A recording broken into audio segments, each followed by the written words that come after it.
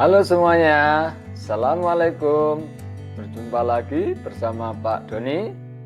Pada kesempatan hari ini kita akan mempelajari materi kelas 9, yaitu tentang perdagangan internasional. Perlu kalian ketahui bahwa setiap negara di belahan dunia pasti memiliki potensi sumber daya alam yang berbeda.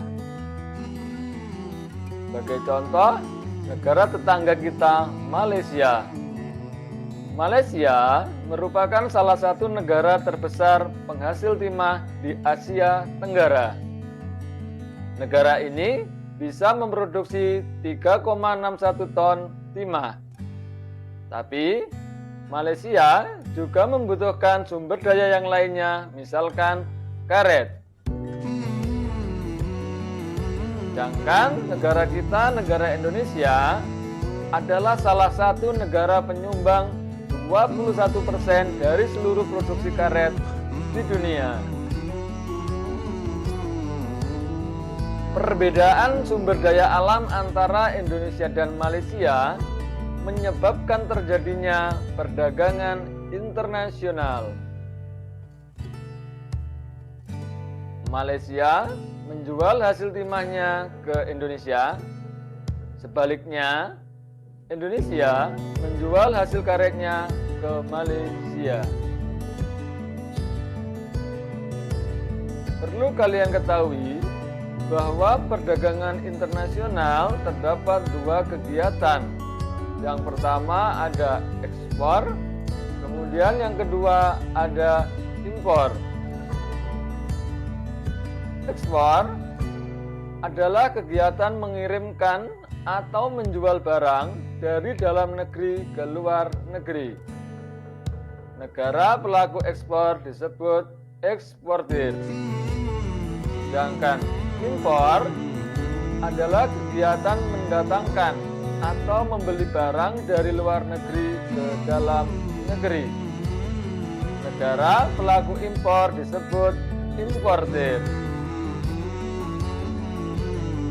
Perdagangan internasional adalah proses pertukaran barang dan jasa antara dua negara atau lebih untuk mendapatkan keuntungan atau laba.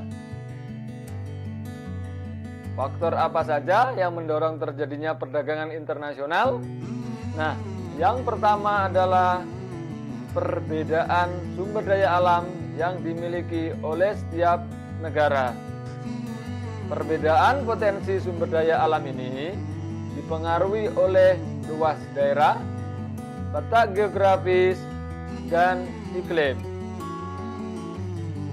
Yang kedua, perbedaan tingkat sumber daya manusia. Suatu negara yang memiliki kualitas sumber daya manusia yang tinggi akan menghasilkan barang dan jasa dengan kualitas lebih baik. Sebagai contoh, misalkan negara Jepang dalam menghasilkan kendaraan bermotor, dia lebih baik dibandingkan dengan Indonesia. Yang ketiga, perbedaan ilmu pengetahuan dan teknologi. Negara yang mampu menguasai ilmu pengetahuan dan teknologi akan mampu memproduksi barang dan jasa yang lebih banyak, bermutu, dan efisien dibandingkan dengan negara yang tidak menguasainya.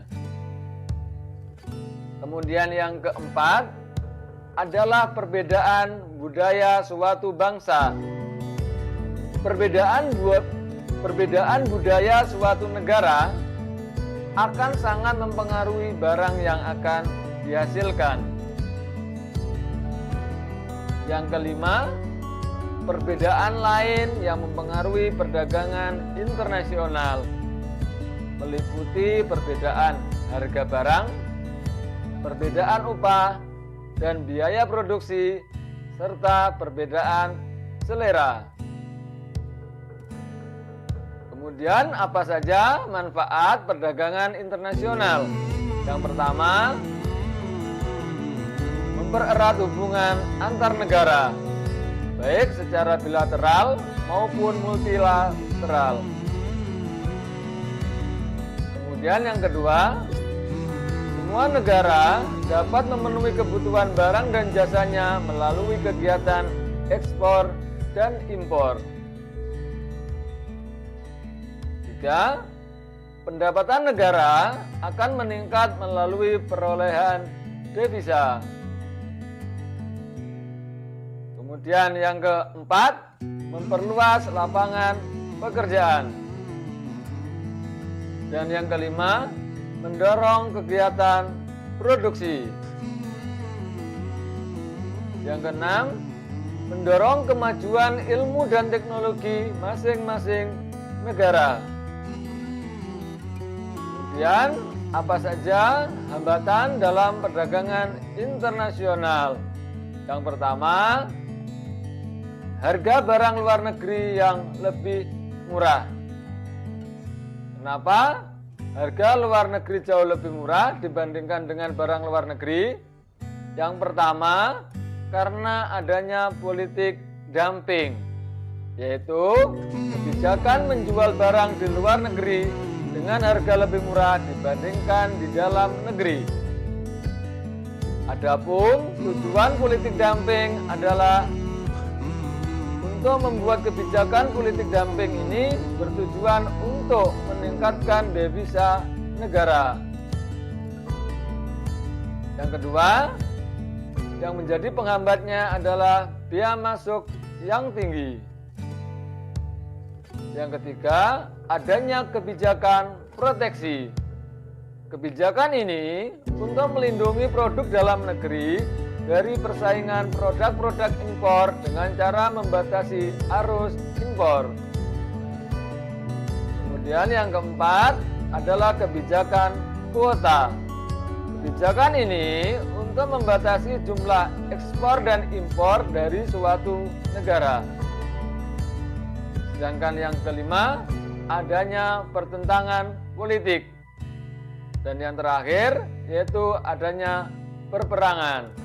Baik, saya kira untuk hari ini sudah cukup materi kita tentang perdagangan internasional.